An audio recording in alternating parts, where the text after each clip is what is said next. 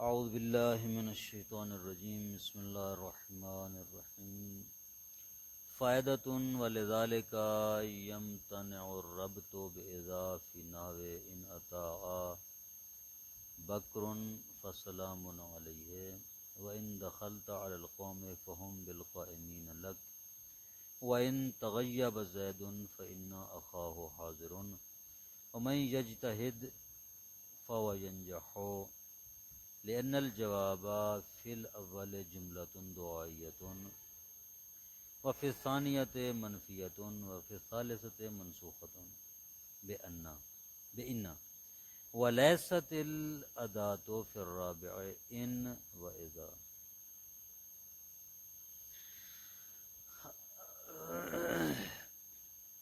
کل کے سبق میں جو بات گزری ہے وہ یہ تھی کہ جب جواب شرط جملہ اسمیہ ہو تو اس کے ساتھ اضاف ہو جائیہ کا ربط لگانا صحیح ہے، جیسے فا اس کے اوپر داخل کرنا بھی صحیح ہے، لیکن اضاف ہو جائیہ کے لیے ایک شرط تھی۔ اضاف ہو جائیے کے لیے ایک شرط یہ تھی کہ جملہ میں یہ ہے کہ وہ جملہ خبریہ ہو، انشائیہ نہ ہو۔ اگر جواب شرط جملہ اسمیہ خبریہ ہوگا تو اس کے ساتھ اضاف ہو جائیے لگے گا، وَإِلَّا نہیں لگے گا۔ دوسرا یہ ہے کہ وہ خبریہ موجبہ ہو، وہ خبریہ موجبہ ہو، سالبہ نہ ہو۔ سالبہ ہو تو پھر بھی اس کے ساتھ نہیں لگے گا۔ تیسرا یہ ہے کہ وہ جملہ جواب شرط غیر منسوخہ ہو، اگر منسوخ ہو جائے تو بھی اس کے ساتھ اضاف ہو جائے نہیں آئے گا۔ اسی طرح چوتھی شرط یہ تھی کہ ادات شرط جو اس جملہ شرطیہ پر داخل ہیں ان یا اذا ہوں، اگر ان یا اذا کے علاوہ کوئی اور ادات شرط آ جائیں تو اضاف ہو جائیہ رابطہ نہیں بن سکتا۔ یہ چار شرطیں تھیں۔ خلاصتاً دوبارہ اس بات کو عرض کرتا ہوں کہ اگر جواب شرط جملہ اسمیہ ہو تو شرط اور جواب کے درمیان جو رابطہ ہوتا ہے اضاف ہو جائیہ کا آ سکتا ہے، جب یہ چار شرطیں موجود ہوں۔ اگر یہ چار شرطیں نہ پائی جائیں تو اضاف ہو جائیہ کے ذریعے شرط اور جزا کے درمیان ربط نہیں ہو سکتا۔ آئی سمجھ؟ پہلی کیا ہے؟ ہم نے کہا تھا کہ جملہ خبریہ ہو، اگر جملہ خبریہ نہ ہو انشائیہ ہو تو پھر مثلا ان اطاع بکر فسلام علیہ، اگر بکر نے اطاعت کی تو اللہ کا سلام اس پر سلام ہو، درود و سلام ہو، تو یہ فسلام علیہ جملہ اسمیہ تو ہے لیکن خبریہ نہیں ہے، انشائیہ ہے چونکہ دعا ہے، لہذا اذا کا ربط نہیں ہو سکتا، یہاں پر اذا ربط نہیں ہو سکتا۔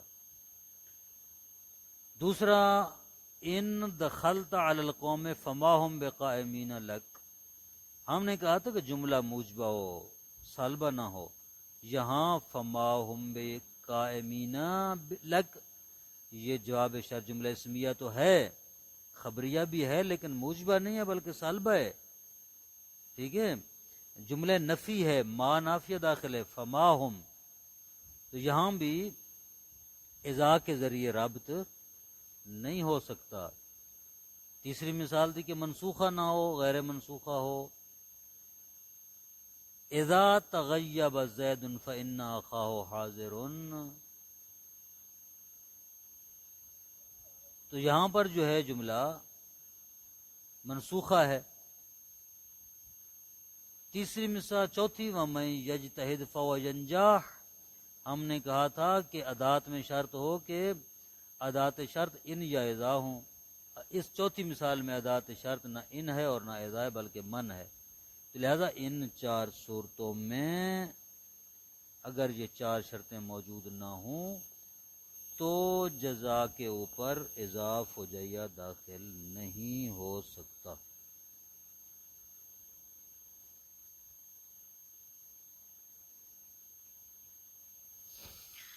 اگر شرط اور قسم ایک جگہ پر جمع ہو جائیں، اگر شرط اور قسم ایک جگہ پر جمع ہو جائیں، شرط اور قسم ایک جگہ پر جمع ہو جائیں تو جواب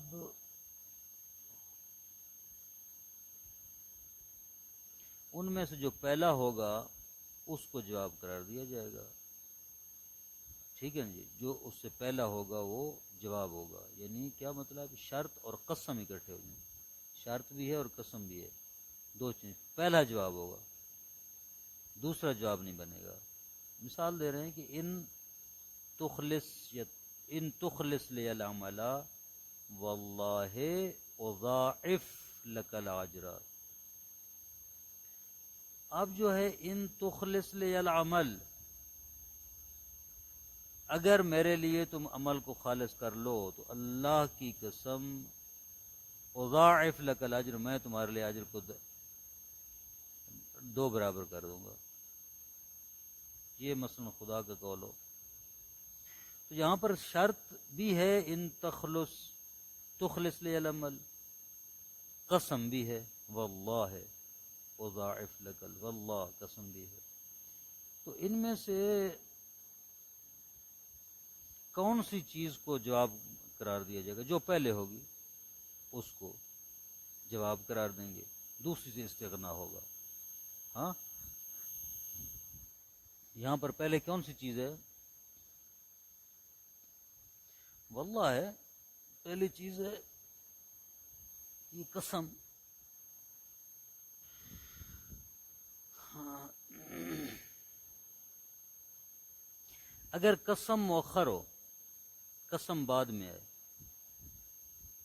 اور فا کے ساتھ ملی ہو، قسم کے اوپر فا داخل ہو، تو واجب ہے کہ اسی قسم کو جواب بنایا جائے گا، یعنی جملہ قسم جواب شرط ہوگا۔ ان اطعت فوالقرآن لیغمرنک بنعمت، یہاں پر ان اطاعت اللہ شرط ہے، فوالقرآن یہ قسم ہے، قسم کے اوپر فا داخل، لہذا اسی کو ہی آپ جواب شرط بنائیں گے۔ اب کہہ رہے ہیں کہ اگر شرط پر عطف ہو فعل مضارع کا، شرط کے اوپر فعل مضارع کا عطف ہو فا کے ذریعے یا واو کے ذریعے، تو اس میں جزم جائز ہے، کیوں؟ ما قبل پر عطف کرتے ہوئے۔ نصب جائز ہے ان مصدریہ کو مضمر کرتے ہوئے، مثلا ان تزورنی فتحدثنی اکرم کا، یہاں پر تحدثو کا عطف ہے تزور کے اوپر فا کے ذریعے، یہاں پر آپ کی مرضی اس پر جزم پڑھیں تزور کے اوپر عطف کرتے ہوئے فتحدثنی، یا ان کو مقدر کر کے فتحدثنی۔ اگر جواب پر عطف ہو تو اس میں رفع بھی جائز ہے، جیسے ان تخفو ہو ما فی صدورکم او تبدو ہو، ان تخفو ما فی صدورکم او تبدو، یعلم ہو، یعلم ہو، یعلم اللہ و یعلم ما فی السماوات والا، یہ جو دوسرا یعلم ہے، اس دوسرے یعلم کے اوپر جزم بھی پڑھ سکتے ہیں، رفع بھی پڑھ سکتے ہیں، یعلمو، یعلم، اور یعلما بھی پڑھ سکتے ہیں ان کو مقدر کرتے ہوئے، کیونکہ دوسرے یعلم کا عطف ہے پہلے یعلم ہو جزا کے اوپر۔ آگے سمجھ بات کی ترجمہ دیکھو، فائدۃ ولذالک یمتنع ربط بیضا، اگر اسی لیے ممنوع ہے اور پچھلی شرطیں اگر موجود نہ ہوں تو اذا کے ذریعے ربط ممنوع ہے۔ ان مثالوں میں ان عطا بکر فالسلام علیک چونکہ جملہ دعائیہ ہے، ان دخلت القوم فما هم بقائمین لک کیونکہ جملہ منفی ہے، وَإِن تَغَيَّبَ زَيْدٌ فَإِنَّ أَخَاهُ حَاضِرٌ منسوخہ ہے، وَمَن يَجْتَهِدْ فَهُوَ يَنجَحْ۔ یہ جو جملہ ہے یہاں پر ان اور اذا کے ذریعے شرط نہیں ہے بلکہ من کے ذریعے. اذا اجتمع شرط و قسم جعل الجواب جواب للسابق منهما، جو ان میں سے پہلے اسی کے لیے جواب قرار دیا جائے گا اگر شرط اور قسم اکٹھی ہو جائیں، جیسے فاستغنى یا بہی عن الجواب الاخر، دوسرے کے لیے جواب کی ضرورت نہیں ہے. ان تخلص لي العمل والله اضاعف لك الاجر. فان تقدم ما يطلب الخبر، اگر ان سے پہلے ایسی چیز ہو جو خبر کا مطالبہ کر، جیسے مبتدا ہے یا کانا کا اسم ہے یا اس طرح کی اور چیزیں، ترجح جانب شرط، شرط کو ترجیح دی جائے گی. جیسے زید واللہ ان یزرنی اکرم ہو، ویکون امر ان یذنب واللہ ادب ہو. تو یہاں پر جو ہے واللہ ان شرط سے پہلے زیدن ہیں، زیدن مبتدا ہے کو خبر کی ضرورت ہے. ٹھیک ہے، تو کس کو ترجیح دیں گے؟ آیا اکرم کو زیدن کی خبر بنائیں گے یا اکرم کو یزرنی کا جواب بنائیں گے؟ کہتے ہیں یزرنی کا جواب بنائیں گے. آئی سمجھ بات کی؟ اس طرح یکون عمر ان یذنب واللہ ادب ہو جو ہے، اب جو ہے یہ ہے، اس کو خبر بھی بنا سکتے ہیں آپ یکونوں کی، اور ان یذنب کی جواب شرط بھی بنا سکتے ہیں. تو کون سی چیز بنائیں گے؟ کہتے ہیں یذنب کا جواب شرط بنائیں گے، یہ بہتر ہے، اس کو ترجیح دی جائے گی. وَإِذَا تَأَخَّرَ الْقَسَمُ مَقْرُونًا بِالْفَاء، اگر قسم بعد میں ہو لیکن فا داخل اس پر، وَجَبَ جَعْلُ الْجَوَابِ لَهُ، تو اس کے لیے جواب کا بنانا واجب ہے.